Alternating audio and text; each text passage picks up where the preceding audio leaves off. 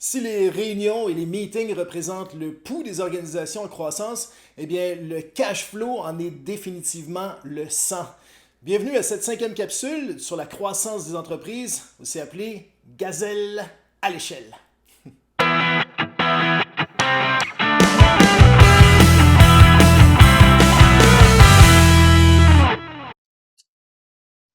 Ça m'est arrivé quand on a repris une business là, qui était sur le TSX à un moment donné. Tu veux pas créer de surprise à tes investisseurs. La pire affaire qui peut arriver, là, c'est d'appeler ton investisseur le lundi en disant Hey, j'ai pas de cash pour la paye qui s'en vient. Ça, là, tu peux te faire mettre dehors pour cette raison-là. Puis probablement que si tu n'étais pas au courant, probablement que tu dois mettre ton CFO dehors à ce moment-là s'il t'avertit. Puis honnêtement, c'est un exemple réel. Ça m'est déjà arrivé de mettre mon CFO dehors pour ça.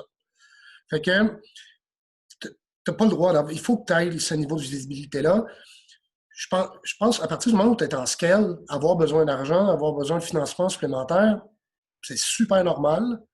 Puis même quand on en a parlé tantôt, mais si tu es rentré dans ta fenêtre d'opportunité, tu veux la saisir, tu veux dépenser davantage, c'est important d'appuyer sur l'accélérateur. Fait que la gestion de ton cash flow est super importante. C'est pas grave de demander de l'argent supplémentaire, c'est pas grave de faire des prêts supplémentaires, mais ce qui est super important, c'est que tu peux pas créer une surprise à ton board ou tes actionnaires que tu vas manquer de cash dans un dans un horizon qui est trop proche. Tu veux, dans une situation où tu dis à tes actionnaires, on croit à telle vitesse, j'ai investi tant d'argent en marketing, voici notre retour sur investissement, voici mon coût d'acquisition net par client, voici mon revenu par client. Là, je veux peser sur le gaz, j'ai besoin de 2 millions, puis je vais en avoir besoin en septembre. Ça, c'est complètement correct. Même, en fait, c'est parfait comme situation. Mais là, c'est facile, ce que je dis, mais de mettre tes actionnaires dans une situation où tu dis, je ne suis pas capable de faire la prochaine paye, c'est absolument épouvantable. Fait que pour cette raison-là, l'analyse du cash flow doit être faite tout le temps. Dans cette capsule, nous allons entrer dans le vif du sujet de la comptabilité et plus précisément de la gestion des flux de trésorerie. Et si la comptabilité n'est pas exactement votre meilleur ami, n'ayez crainte, nous allons démystifier l'ensemble du tout pas à pas. Car la réalité est que la compréhension de ces enjeux est cruciale dans la gestion de la croissance d'une entreprise. Et précisément dans cette capsule, nous aborderons trois sujets. D'abord, nous parlerons de cash flow afin de démystifier, de bien expliquer ce que c'est que des flux de trésorerie, avant de parler de la fonction comptable et de son importance cruciale dans les organisations en croissance, pour terminer avec la notion d'optimisation et particulièrement celle de l'analyse de sensibilité à l'égard des cash flows. Cash is king, clairement. Je veux dire, profit comptable, top line, bottom line, c'est tout important. Mais pour passer à travers, c'est le cash.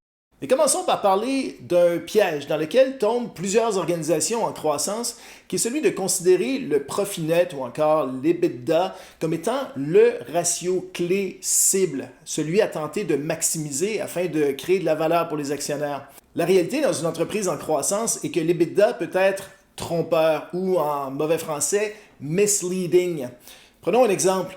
Considérons une entreprise à la croissance très rapide, étant passée d'1 million de chiffre d'affaires en 2018 à 4 millions en 2020, pour lequel elle réalise dans ce dernier exercice un EBITDA ou un profit net de 840 000 $. Pas mal, direz-vous. Sauf que cet EBITDA cache autre chose. Si l'on regarde de manière plus approfondie les états financiers, on se rend compte que pour 4 millions de revenus, en fait, cette entreprise a un cash flow des opérations négatif de 484 000 $.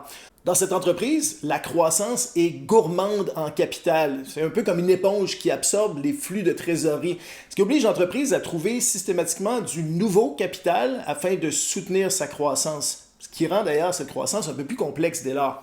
Et d'ailleurs, lorsqu'on regarde un peu plus en détail les états financiers, on se rend compte que chaque dollar de vente additionnelle génère bien 31 sous de marge, mais requiert par contre 43,1 sous de fonds de roulement. C'est donc dire que chaque dollar de vente additionnelle absorbe 12,1 sous de liquidité, ce qui, encore une fois, rend la croissance extrêmement lourde à soutenir. Cette analyse nous permet d'ailleurs de voir que derrière ce succès en apparence fantastique pour les entrepreneurs se cache en fait une série de maux de tête pour ces derniers. Fait que stratégiquement parlant, là, je trouve que en termes de gestion de la croissance, c'est le nerf de la guerre parce que forcément la croissance, ça vient avec ses considérations financière, de gestion de trésorerie. Bien souvent, la croissance, en fait, ça peut être une bonne chose ou ça peut être une lame à deux tranchants aussi également. Donc, la première source de problème d'une entreprise en croissance, quand on regarde les résultats financiers, c'est souvent les liquidités. Pourquoi? Parce que quand on est une petite compagnie ou une compagnie en forte croissance, on est optimiste, on s'achète des systèmes, on investit dans du matériel roulant, dans des actifs pour produire à grande échelle.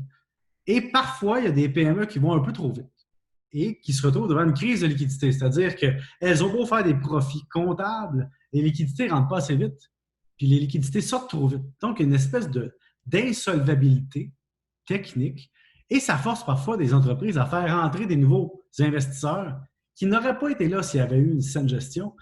Et des bons exemples, c'est par exemple, tu as un contrat, tu peux acheter des immobilisations ou tu peux les louer au contrat.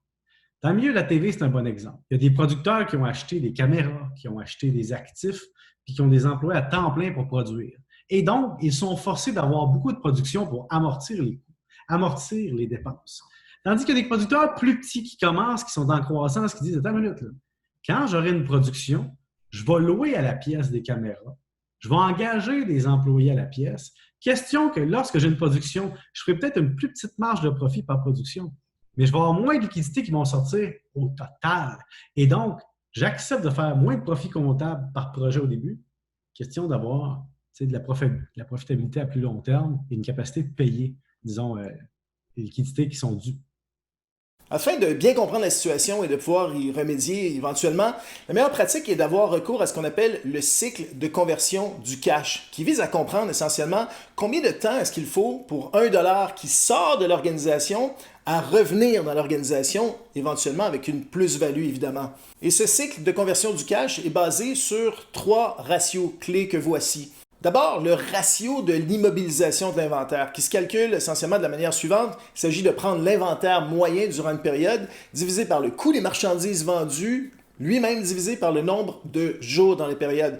Ce qui donnera au final un nombre de jours durant lequel l'argent, le cash flow, est immobilisé dans les ressources qui seront utilisées pour produire les biens et les services. Par exemple, pour une organisation qui présenterait les états financiers que vous voyez à l'écran, le nombre de jours d'immobilisation de l'inventaire se calculerait d'abord par l'inventaire moyen, qui serait en l'occurrence ici de 44 000 $, divisé par le coût des marchandises vendues, 140 000 $, divisé par le nombre de jours dans cette période, ce qui nous donne un délai d'immobilisation des inventaires de 28,6 jours. C'est-à-dire qu'entre le moment où $1 est investi à acquérir de l'inventaire et le moment où ce dollar revient dans l'entreprise, il faut 28,6 jours.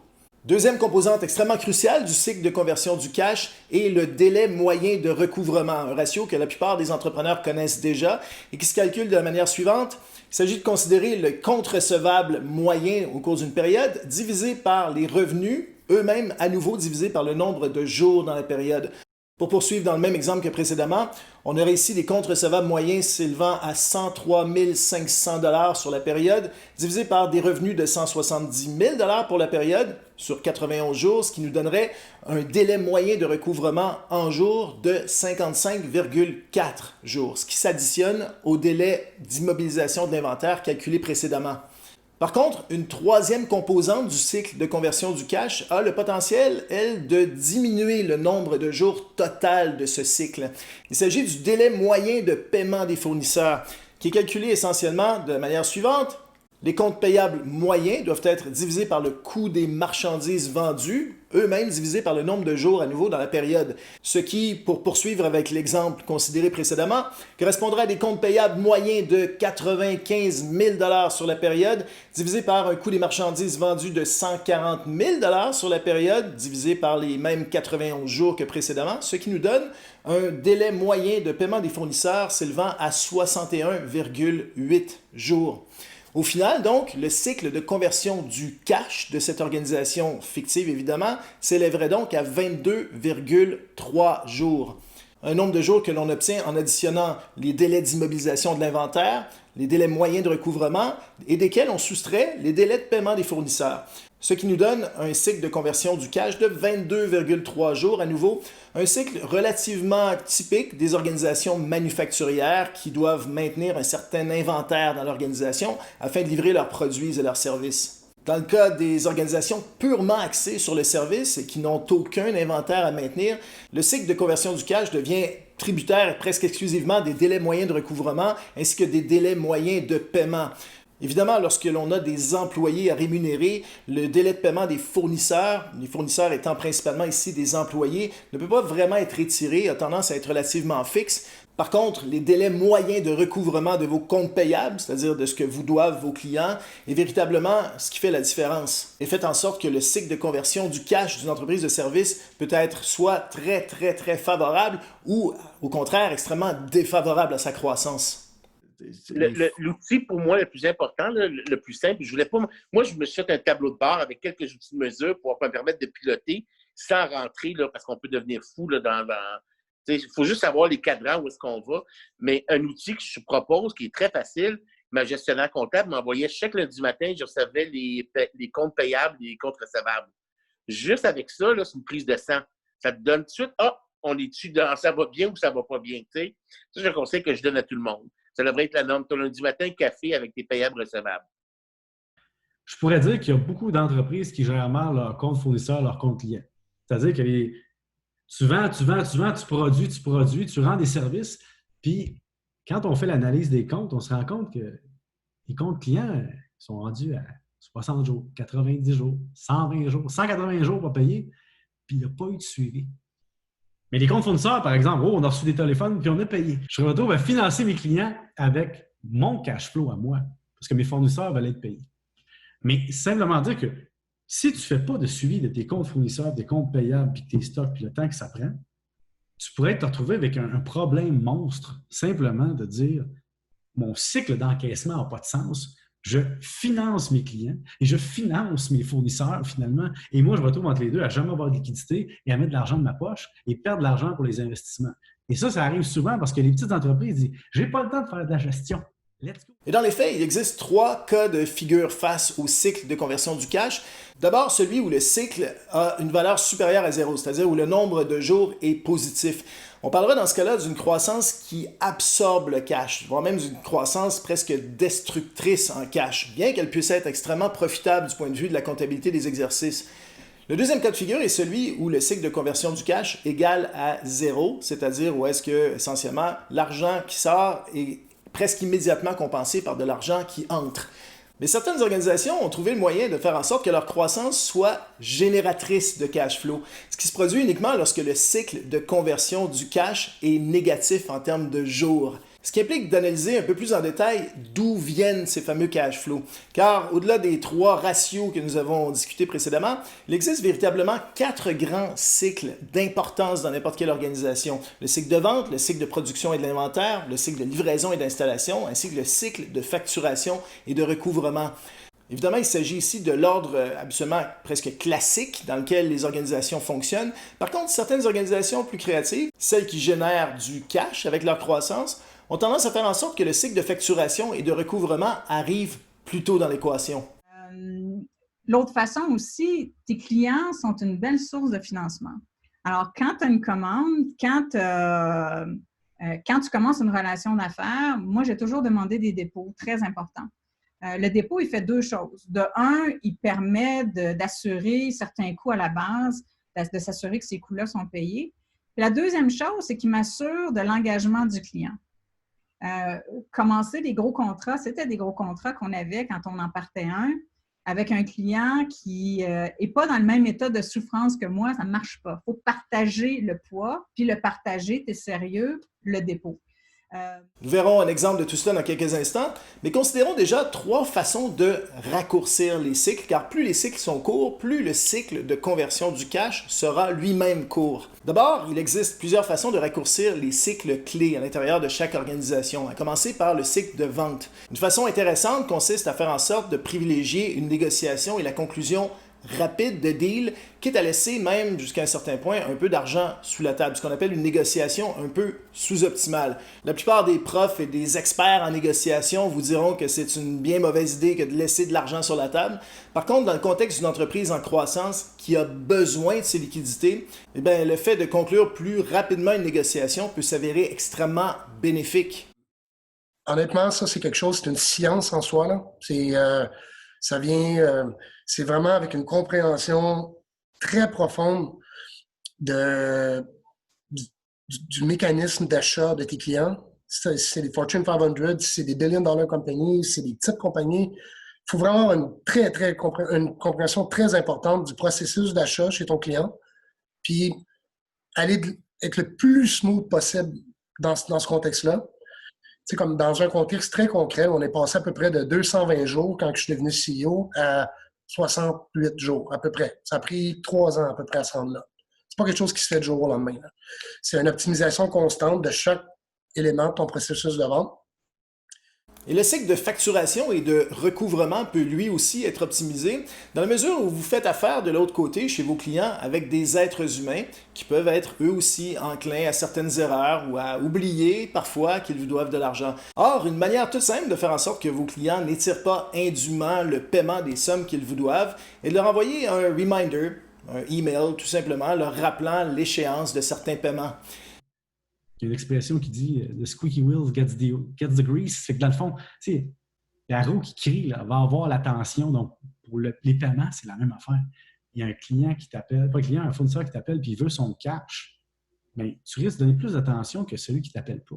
Alors, si vous êtes toujours le client qui n'appelle jamais, qui ne fait pas de suivi de ses comptes, vous vous payez en dernier. Puis quand vous allez appeler « Ah, excuse-moi, je t'avais oublié, je vais te payer ». Donc, vous voyez que ça peut faire une gestion de liquidité un peu ordinaire si tu ne t'en occupes pas. Je te donne un exemple. J'ai fait poser des climatiseurs dans un immeuble à revenus. Je l'ai fait poser 2 fois. Climatiseur mural, 5-6 000 la pièce. Je fais poser le premier climatiseur. Après 3 semaines, 1 mois, je vais payer chez le fournisseur de service. Puis c'est tout. Je l'ai fait poser un deuxième dans une deuxième unité. J'ai attendu 6 mois. Ils ne m'ont jamais rappelé. Ils ne m'ont jamais facturé. Ils m'ont dit « Tu reviendras payer ça ». Il n'y avait aucun suivi. Là, je les ai rappelés. Je dis là, « Ah ouais, vous pouvez venir, il n'y a pas de problème ». J'étais rendu à 7 mois, je n'avais pas payé. On s'entend, là. Ils ont payé la main-d'œuvre, ils ont payé la tête du climatiseur, l'installation, tout.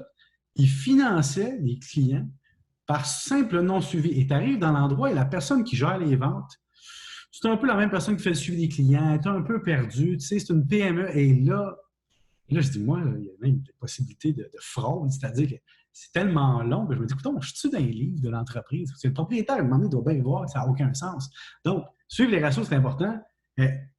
Avoir l'âge des comptes qu'on appelle, c'est-à-dire tout compte en haut de 90 jours, on appelle de façon courtoise les clients. Parce qu'il ne faut pas oublier que le client a peut-être juste oublié, il n'a peut-être juste pas reçu la facture. C'est une business.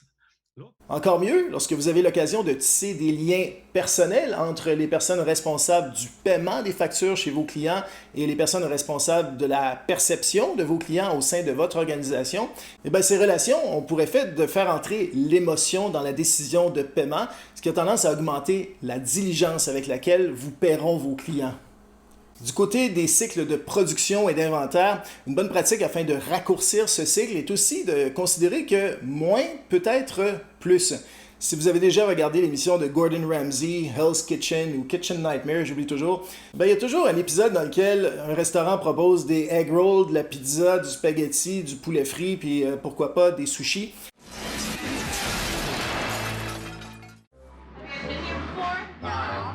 It gets exhausting. Explain the menu.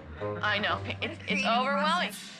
I've created a unique menu that nobody else has. We have 23 gourmet flavor combinations. There's 21 gourmet flavor combinations. There's 20 gourmet flavor combinations. Wait. Pick a flavor combination, and then you add to beef, chicken, portobello mushroom, or steak. Shrimp. Wait, can I start over? So the meat is in the combination. If I saw it, I can do it. I mean, because... No, it's chicken. Let me start over. Let me look at it real quick. That's seriously the menu. Dans ces contextes-là, une des propositions typique de Gordon Ramsay est de faire en sorte de rationaliser le menu, de telle sorte à ce que, les clients y voient plus clair, bien entendu, mais aussi de faire en sorte de limiter les inventaires requis. Faire en sorte également que le personnel puisse être plus apte à effectuer rapidement la tâche qui leur est demandée, c'est-à-dire de cuisiner les mets en question. Ce qui est plus difficile lorsqu'on doit maîtriser la production de plusieurs produits ou marques même différentes. Puis, tu sais, je vais donner un autre exemple très concret. Là. Des fois, là, c'est niaiseux, mais on se compétitionne nous-mêmes dans le processus de vente. Je te donne un exemple. Tu as trop de layers de produits. Fait que là, tes vendeurs, ils veulent vendre la solution premium qui est la plus chère. Puis là, les clients, la première chose qu'ils demandent, c'est quoi la différence avec ta solution la moins chère? Puis là, tu t'auto... Fait que là, ton équipe de vente est obligée de justifier à ton client par rapport à ton propre produit, c'est quoi les avantages et les inconvénients. Ça on tourne en rond là, complètement. Fait que ça, il y a des choses à faire beaucoup autour de ça. Il va sans dire également que dans une certaine limite, le fait d'étirer le paiement de vos comptes payables, c'est-à-dire l'argent que vous devez à vos propres fournisseurs, peut avoir une incidence assez favorable sur le cycle de conversion du cash. L'autre point, c'est que vos fournisseurs, c'est beau que vous voulez faire vos preuves, mais là, à un moment donné, peut-être que vous pouvez faire comme l'industrie puis vous informer. Coudonc, dans notre industrie, on paye-tu en 30 jours, 60 jours? Parce qu'au niveau comptable, il y a ce qu'on appelle le 2, 10 and 30. Parfois, quand tu payes en dedans de 30 jours, on te donne un rabais de 2 Le 2 payé en dedans de 30 jours, le 2, 10 and 30. Et certaines entreprises trouvent que ça vaut la peine, donc payent rapidement. Mais ça dépend. Es-tu en train de te financer à des taux épouvantables ailleurs? Et donc, tu pourrais peut-être laisser aller le 2 de rabais sur ton paiement. C'est un exemple. À l'occasion aussi, on a partagé le fardeau aussi du cash avec les fournisseurs.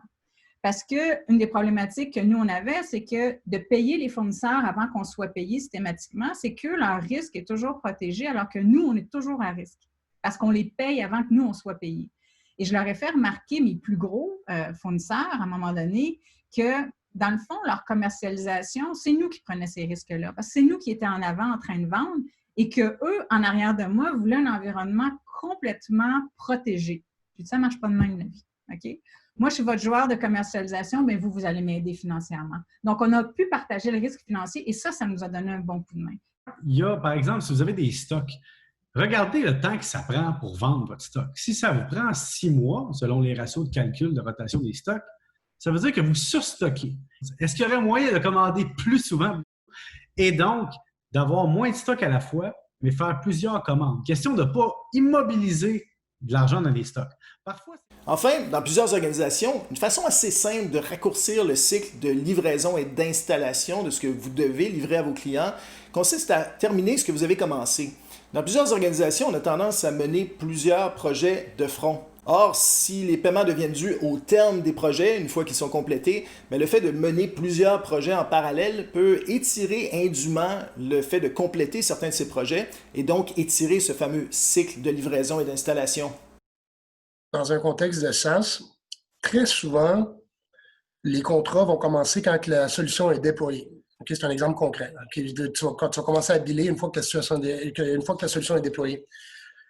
Puis dans la plupart de ces cas-là, le frein au déploiement, c'est pas la compagnie, mais c'est le client. Le client qui n'a pas le temps, qui l'a pas priorisé, il n'avait pas le temps, peu importe. OK? Fait que c'est là qu'il faut vraiment identifier. Ça, c'est un exemple très concret. Il faut que ton onboarding process soit complètement mappé, identifié, cartographié, avec des délais, puis avec des identifications. Ça, c'est la responsabilité du client, ça, c'est la responsabilité de mon Customer Success Team, etc. Puis, tu identifies le nombre de jours maximal que ton onboarding doit prendre, puis mettons que c'est 22 jours. Là, une petite marge de manœuvre. Puis, par défaut, dans nos contrats partaient par défaut après 30 jours.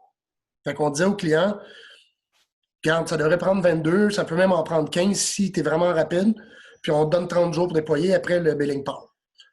Puis c'était très acceptable. Puis moi, j'ai vu des compagnies là, qu'on a billé pendant 1 année et demie, puis que la solution n'était pas déployée. Puis c'était de leur faute, puis ils comprenaient, puis c'était correct comme ça.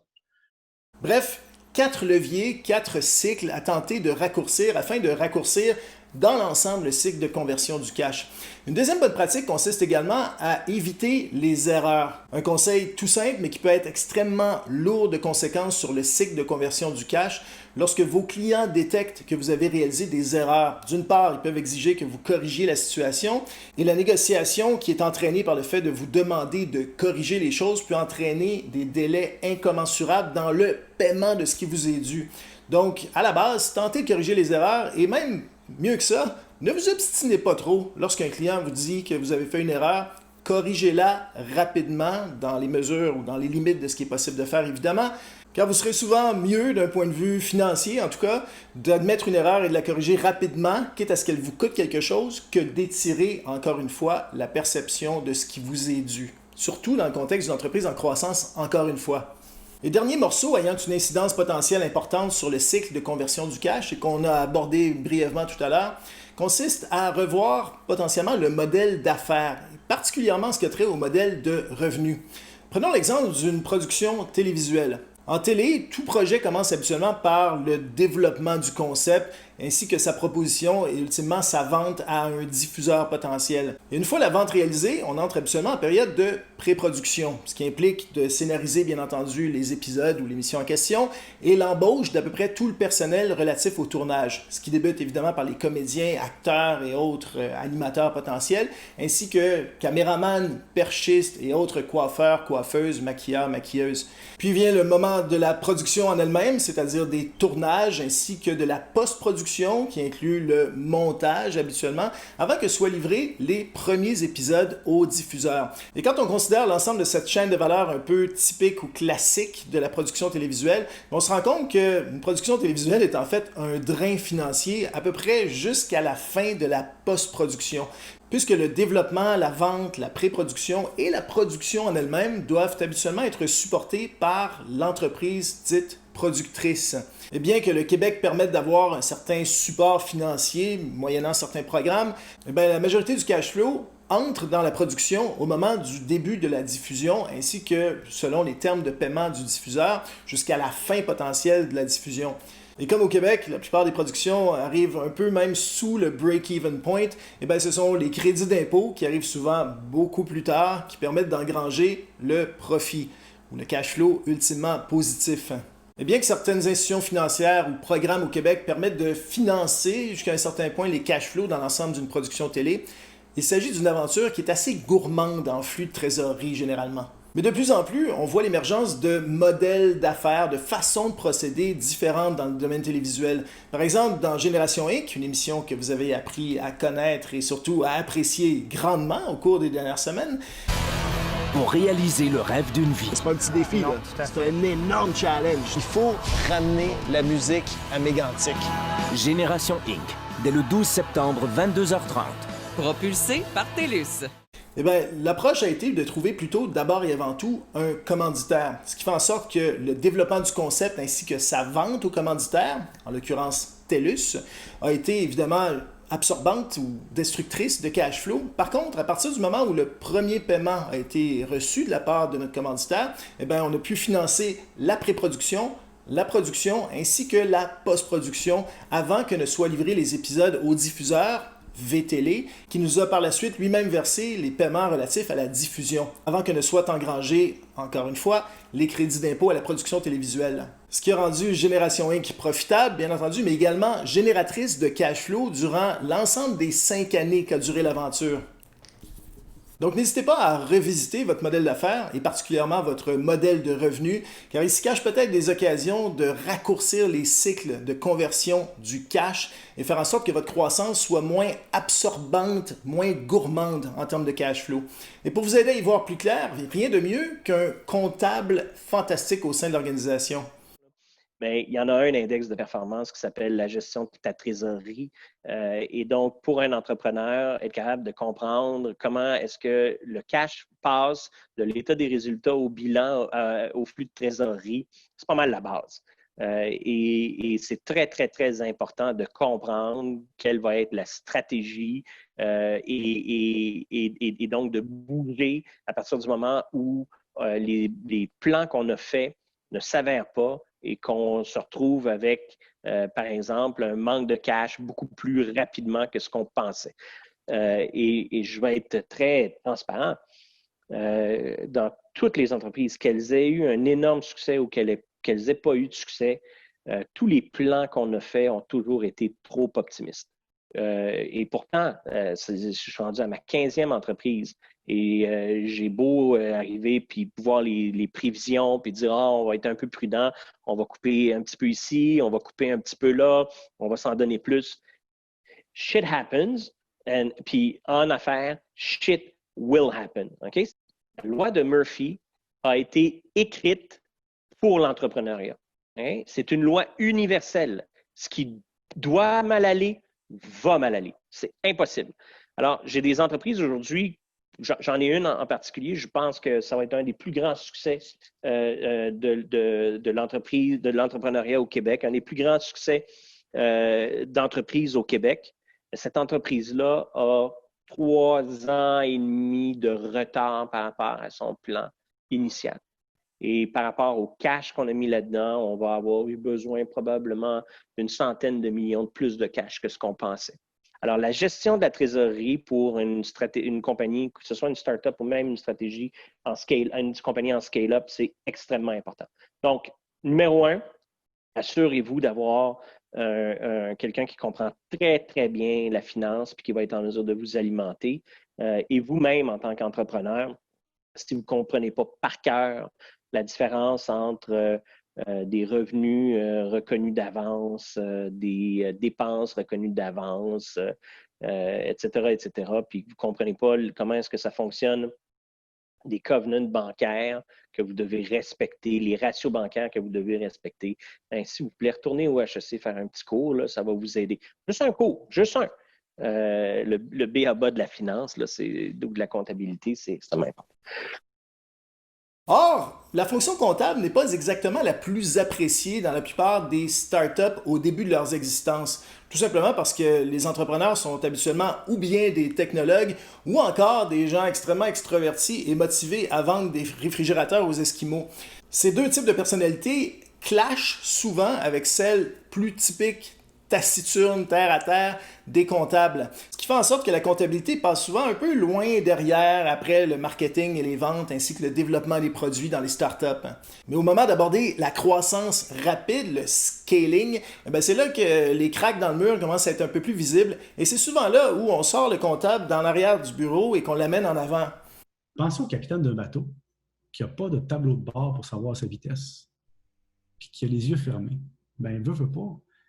Il va au feeling, mais un comptable, c'est ça que ça fait. Ça lui donne des rapports et des ratios qui lui permettent de dire est-ce que je suis en train de payer trop cher des choses ou pas assez cher ou trop lentement ou pas assez lentement. Donc, c'est à ça que ça sert un comptable. Même si ce n'est pas toujours sexy dans la tête des gens, c'est très utile. Car les comptables sont très habilités à faire le genre d'analyse que les entrepreneurs n'ont absolument pas le temps de faire ou même refusent de faire à certains égards. Par exemple, l'analyse assez froide de la profitabilité par marque ou par produit peut révéler que certaines de ces marques ou de ces produits que l'on soutient souvent même à bout de bras dans les organisations en croissance s'avèrent peu ou pas génératrices de revenus, voire même peuvent affecter négativement la profitabilité. Ce qui fait en sorte que les entrepreneurs et les vendeurs ont beau pédaler comme des fous à essayer de vendre certains produits, la croissance ne devient jamais profitable ou à tout le moins même génératrice de cash flow. Tu vends plusieurs services, plusieurs produits. Et là, les gens s'en vont. Hey, ça, on peut vendre ça cher, ça, on peut faire ça. Il y a toujours le comptable ou le CFO qui était comptable ou financier avant puis qui est devenu chef des finances. Puis là, il lève la main et il dit « Excuse-moi, je peux calculer une marge sur coût variable. C'est-à-dire, je peux dire, ce produit-là nous rapporte plus à l'unité que celui-là. Et donc, couvre plus de coûts fixes. Et donc, le produit que vous me proposez, oui, il se vend bien cher, mais quand je regarde le coût de revient de cette patente-là, puis la marge que je peux faire dessus, puis l'énergie qu'il faut y mettre, on est mieux juste de ne pas le produire. » Un autre drain de cash flow, c'est les dépenses marketing.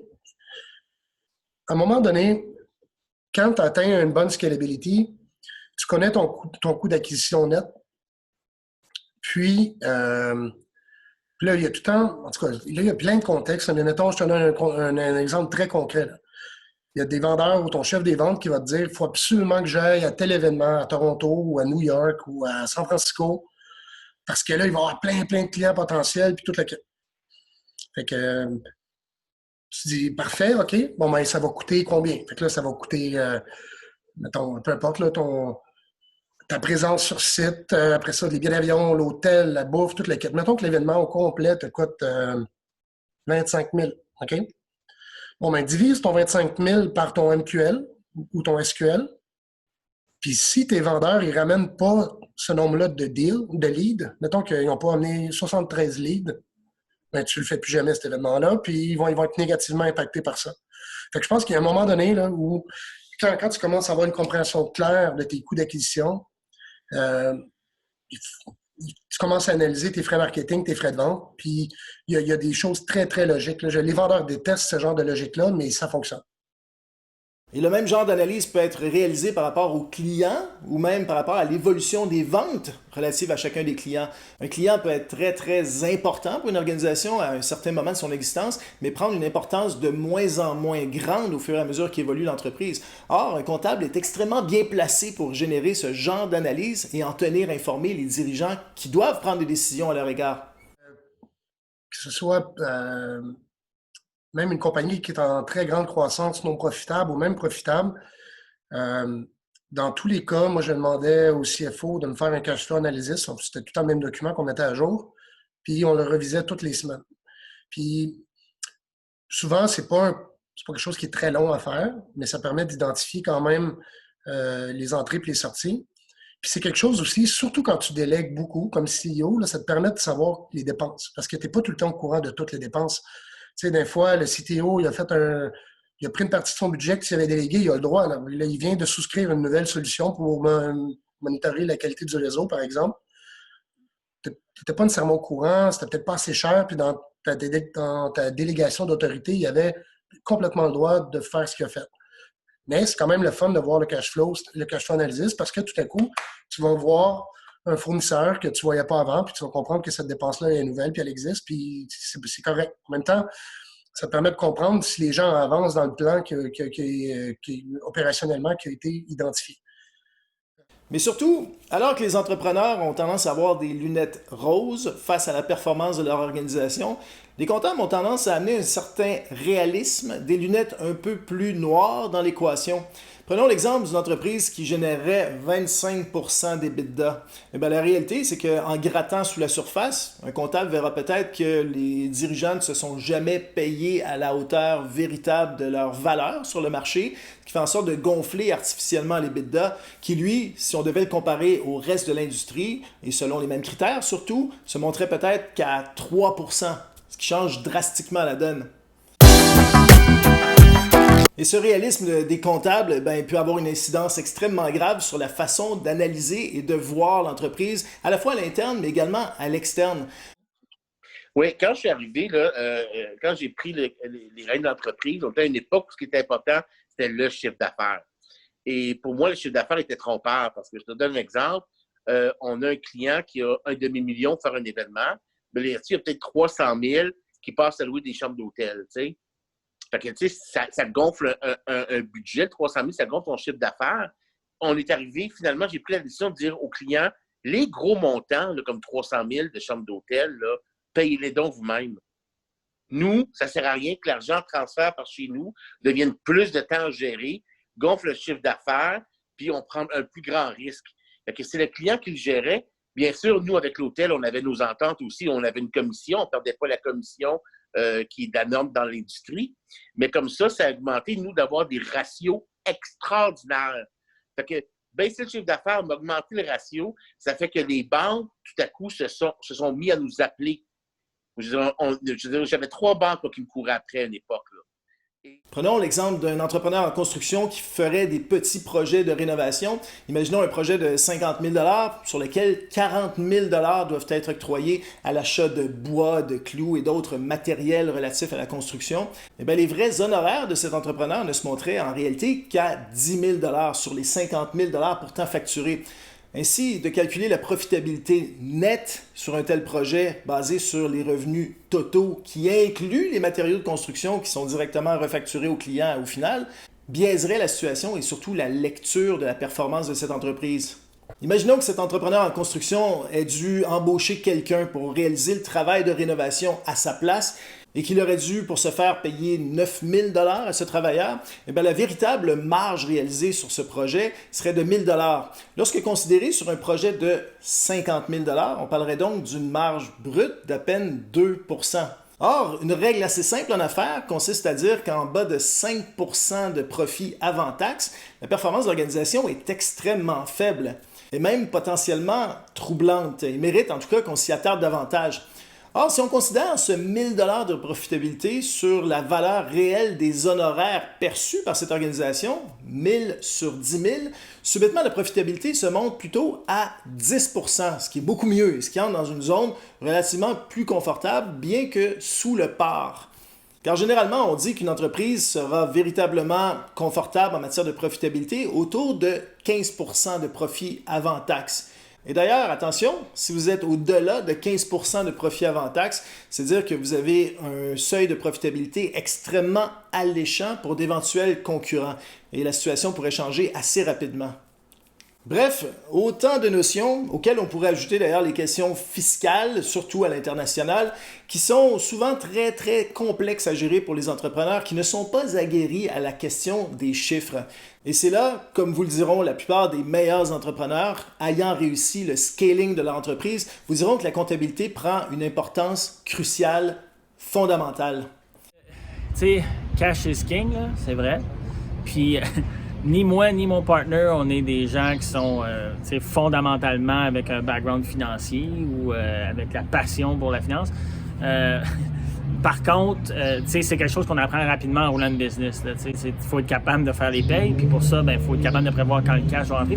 Fait que nous, ça a été quelque chose qu'on a développé à l'interne. Mon partner a pris beaucoup sous sa responsabilité, dans le fond, que les finances fonctionnent, qu'on soit capable de bien organiser, payer tout le monde, puis se faire payer, puis les processus qui supportaient ça.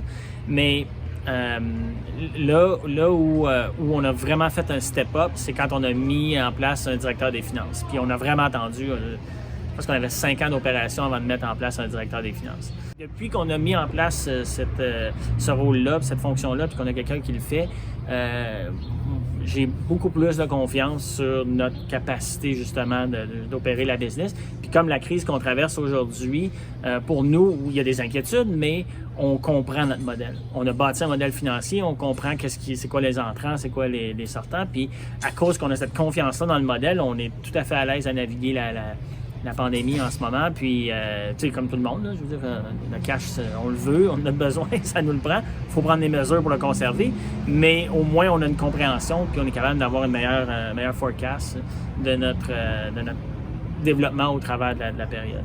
Mais pour nous, ce qui était vraiment important, c'est d'avoir plus de structure, plus de compétences à l'interne pour développer ça. Lorsque tu arrives à une période à faire de l'argent, c'est intéressant. T'sais. Cet argent-là, il faut que tu prennes le temps de savoir à quoi qu'elle va servir. Il faut que tu ailles chercher du conseil pour ça. C'est le temps de t'asseoir et de réfléchir. C'est-tu l'argent que tu prends pour rembourser tes dettes? C'est-tu de l'argent pour vivre une amélioration maintenant ou pour le futur? T'sais? L'argent doit toujours, pour un entrepreneur, je pense, doit toujours s'accompagner de quelqu'un d'autre au niveau du conseil. Parce que l'argent, c'est le gaz de ton entreprise, tu sais. Ça peut être tentant de te dire que, OK, on va virer ça en dividende ce mois-ci, tu sais. Qu'est-ce qu'on va savoir? Faut que toujours s'assurer d'avoir un gestionnaire comptable avec qui on s'entend bien, que des outils pour pouvoir paramétrer à peu près en temps réel. Puis après ça, la firme comptable ou les actuaires, ça, c'est une fois par année, là. Mais un bon gestionnaire comptable, c'est ton copilote. Moi, je suis allé chercher un CFO parce que je voulais savoir chaque détail. Chaque dollar, on fait quoi avec? Est-tu rentable ou pas? Sophie Brochu a dit un truc dans une entrevue qui était hallucinamment vrai et sage. Elle dit, elle ne cherche pas à maximiser ses profits, elle cherche à optimiser ses profits. Et encore une fois, la langue française. Et c'est ça que je voulais faire. Parce que quand tu l'optimises, ton entreprise, tu te donnes des ailes de pouvoir faire autre chose.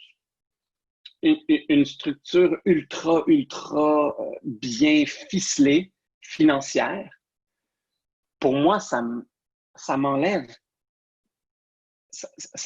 un poids tellement immense parce que mon CFO, Puis je l'ai engagé sur cette phrase-là. Il m'a dit, moi, je te dirai jamais non. Je vais te dire, voici comment. C'est mon rêve. C'est mon rêve de pouvoir faire toutes mes idées folles. Peut-être pas à ma manière, parce que, tu sais, moi, je suis un cowboy, mais il y a une manière, trouvons-la ensemble. Man, ça, là, quand il m'a dit ça, je suis comme, OK, tu commences demain. C'est comme... Ben, il y a plusieurs, je pense qu'il y a probablement plusieurs écoles de pensée là-dessus. Ça doit dépendre de ton background. Mais moi, honnêtement, là, même si c'est un CEO qui est comptable avec une formation en comptabilité ou en finance, moi, dans mon contexte, c'est essentiel d'avoir un bon CFO. Puis depuis le startup. Fait que dès le départ. Peut-être que ton CFO startup n'est peut-être pas outillé pour être ton CFO scale-up. Mais dans mon contexte à moi, avec mes forces, mes faiblesses comme gestionnaire, le CFO, c'était mon asset le plus important. Parce que le CFO est extrêmement stratégique dans la mesure où faut que tu aies comme CEO, il faut que tu aies une transparence et une loyauté plus que tout autre employé parce qu'il est au courant de tout. Puis aussi, tu as cette relation-là au niveau du... On a parlé du cash flow analysis, mais aussi du forecasting, puis la capacité de faire les breakdowns, les budgets, puis toutes ces choses-là.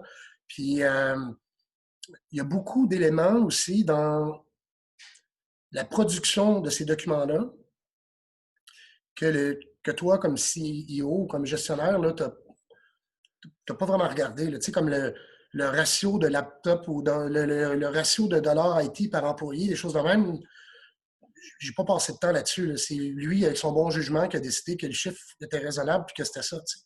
Fait qu'il y a beaucoup d'éléments puis de sous-éléments adjacents partout dans ta structure que tu n'auras pas nécessairement de visibilité, puis ton CFO va avoir déterminé pour toi. Puis, fait qu'il faut que tu aies une confiance totale. Là. Ce qui nous amène au troisième sujet de cette capsule, celui de l'optimisation. Vous l'avez déjà entendu dans une autre capsule, il existe beaucoup de valeur dans la simplicité des choses, dans une scale-up particulièrement, à savoir un objectif clé, un BHAG, avoir une priorité pour le trimestre en cours. Et bien, dans le contexte de l'optimisation des cash flows, on parlera d'un autre type de pouvoir du 1, à savoir qu'arriverait-il si vous étiez en mesure d'améliorer de 1% ou un jour les 7 leviers d'affaires suivants, à savoir votre prix de vente, les volumes de vos ventes, les coûts directs, les inventaires, les frais généraux d'opération, les comptes payables, ainsi que les comptes recevables. Et pour comprendre tout ça, considérons d'abord et avant tout un exemple chiffré, celui d'une compagnie fictive appelée Acme. Cette entreprise afficherait pour 2020 un chiffre d'affaires de 5 millions de dollars pour un EBITDA de 6,2%, un peu sous le par considérant les heuristiques ou la règle du pouce dont on a parlé précédemment. Par contre, un regard plus approfondi à l'état des flux de trésorerie montrerait dans ce cas-ci des cash flows nets négatifs de 224 000 $. En d'autres termes, cette entreprise aurait requis en 2020 224 000 $ additionnels en fonds de roulement pour maintenir sa croissance. Et bien, sur la base de ces états financiers, on peut établir ce qu'on appelle le pouvoir du 1% ou un jour et son impact sur les cash flows de l'organisation. Par exemple, on voit ici que, toutes choses égales par ailleurs, quel serait l'impact sur les ventes, les EBITDA, l'inventaire et éventuellement le cash flow net d'une augmentation de 1% des ventes, 1% du volume de vente, une diminution de 1% du coût des marchandises vendues, 1% des frais généraux de l'entreprise, une diminution de 1 jour dans la réception des comptes recevables, une diminution d'1 jour dans le cycle d'inventaire, ainsi qu'une augmentation d'1 jour seulement dans le paiement des comptes payables.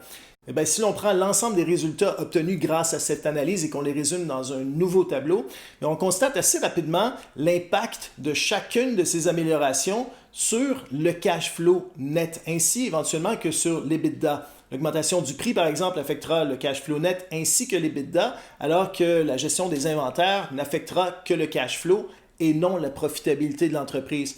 Et bien, ce qu'on voit assez rapidement dans ce cas-ci est que l'augmentation, par exemple, de la rapidité avec laquelle on réussit à percevoir les comptes recevables est celle qui a l'impact le plus simple à déployer. Donc, si on choisissait de s'y focaliser et que l'entreprise réussissait à diminuer, non pas d'1 jour, mais de 9 jours, les délais avec lesquels elle peut percevoir ses comptes recevables, eh bien, on verrait que l'entreprise sera en mesure de passer d'une position actuelle très défavorable, très gourmande en cash flow, à une situation, au contraire, génératrice de cash flow, ce qui lui permettrait, en fait, d'assumer sa croissance de manière tout à fait organique. Et ce, en passant, sans aucun impact sur l'EBITDA. Évidemment, ce genre d'analyse, tel que mentionné précédemment, repose sur le fait que tout doit être égal par ailleurs. Le fait d'augmenter de 1% ses prix n'est peut-être pas faisable dans toutes les organisations et peut-être que la rapidité avec laquelle vous êtes en mesure d'aller récupérer vos comptes recevables est peut-être déjà à la limite de ce qui est possible d'atteindre. Le but de l'exercice n'est en fait que de considérer un certain nombre de scénarios, de possibilités, sur la base desquels prendre des décisions à la lumière évidemment de vos cash flows, mais également de votre stratégie d'affaires. On parle beaucoup de fundraising. On parle beaucoup de comment tu réussis pour aller chercher ton capital. On parle beaucoup de levée de fonds. Ouais, je vais te chercher de la dette, on met-tu de l'équité? Quel investisseur, quel genre d'investisseur on devrait aller chercher? Mais on ne parle pas beaucoup de, une fois que tu l'as obtenu ton capital, comment le dépenser intelligemment. Dans un document de fundraising qu'on reçoit en tant qu'investisseur, je ne le vois pratiquement jamais en termes de ma stratégie pour utiliser le moins de capital possible. Là, ça, j'ai à peu près jamais vu ça. Il y a un petit danger sur la suranalyse, par contre. Il y a l'inverse. Les entrepreneurs qui sont trop dans le contrôle, trop dans les finances, puis qui oublient que si tu passes plus de temps à faire la bonne analyse de tes données financières plutôt que d'en produire des revenus, bien, tu ne vas pas plus vite non plus. En résumé, donc, gardez en tête toute l'importance du cash flow. Il s'agit, encore une fois, du sang qui nourrit votre organisation. Or, une organisation en croissance est absolument gourmande en cash flow. Et si vous voulez assurer une croissance organique de votre organisation, absente de dette et éventuellement absente également de nouveaux investisseurs, eh bien, vous devez considérer la capacité à générer des cash flows, à faire en sorte que votre cycle de conversion du cash soit le plus proche possible de zéro, voire même qu'il s'avère négatif à la fin. Et pour vous aider là-dedans, ne lésinez pas sur l'importance d'une fonction comptable forte. Les comptables vous aideront à y voir plus clair et à analyser plusieurs des situations dans votre organisation de telle sorte à maximiser ou à tout le moins optimiser vos flux de trésorerie. Et ils seront également en mesure de faire les analyses de sensibilité et d'optimisation dont nous avons parlé à la fin, à savoir celle du pouvoir du 1%. C'est donc tout pour cette capsule, en espérant qu'elle n'ait pas été trop aride. Et je vous retrouve dans notre prochaine capsule des gazelles à l'échelle, qui portera celle-là de manière plus inspirante sur le passage du rôle d'entrepreneur à celui de CEO d'entreprise en croissance. Santé!